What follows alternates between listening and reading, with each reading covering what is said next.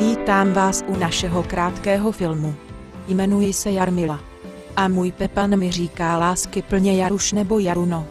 Každý z nás se pravidelně ocitne na pomyslné křižovatce. Musí si vybrat svoji cestu. Musí se rozhodnout. Třeba v mládí. Jakou školu si vybrat ke svému studiu. O něco později. Jaké zvolit zaměstnání. Jakého si vybrat životního partnera. Já vám dnes ukáži taky jednu křižovatku. A vy se budete muset rozhodnout, kterým směrem se vydáte. Máme totiž naprosto skvělý nástroj, který si zaslouží pozornost. Nebudu vám slibovat hory a doly. Můžu vám ale slíbit, že ten, kdo se k nám přidá, ten vždy bude vydělávat. To je zřejmě neuvěřitelné, že? Ale postupně. Začneme sny. Každý z nás má nějaký cíl nebo sen. Pevné zdraví. Spokojená rodina.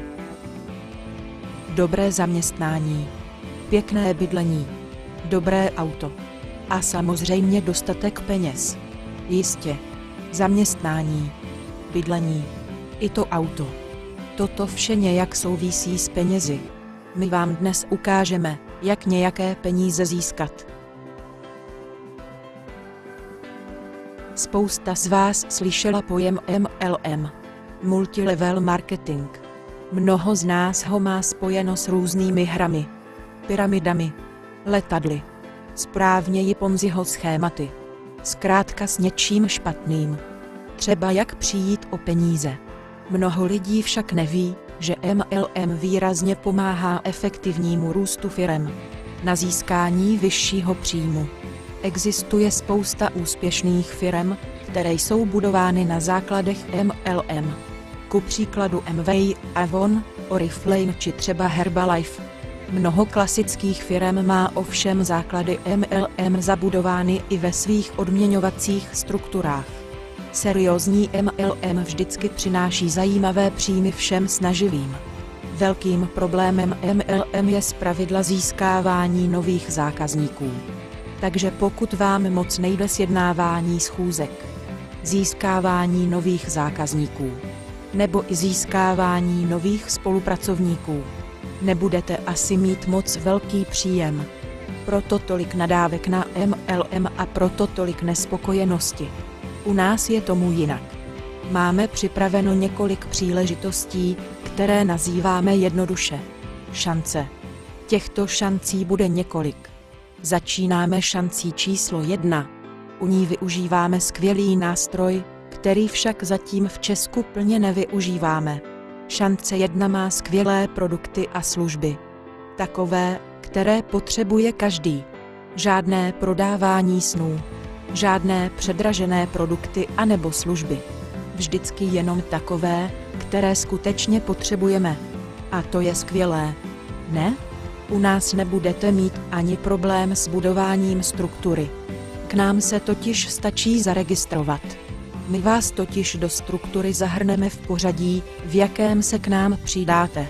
U šance 1 využíváme poměrně jednoduché schéma, kdy každému v prvních 2 liniích přidáme 4 členy, ve 3. linii pak 3 členy a ve 4. linii 2 členy a v 5. linii 1 člena.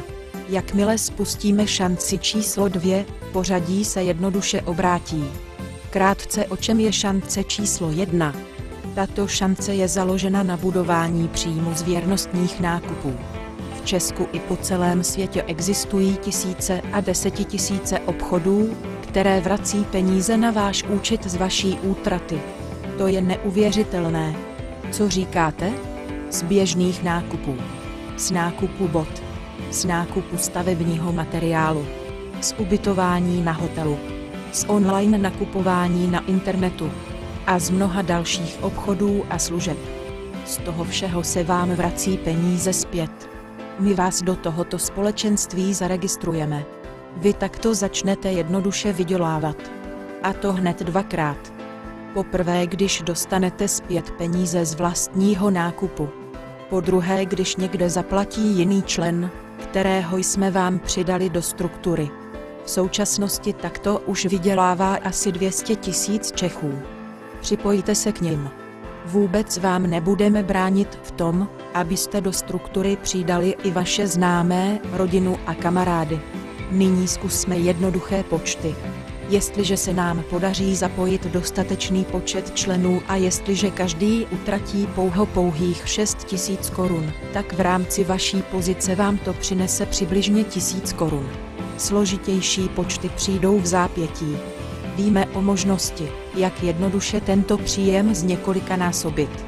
V rámci nákupního společenství patříme k omezenému počtu, kteří vědí jak na to. Jednoduchý trik pak přinese dalších více než 3000 kč. To je doslova neuvěřitelné.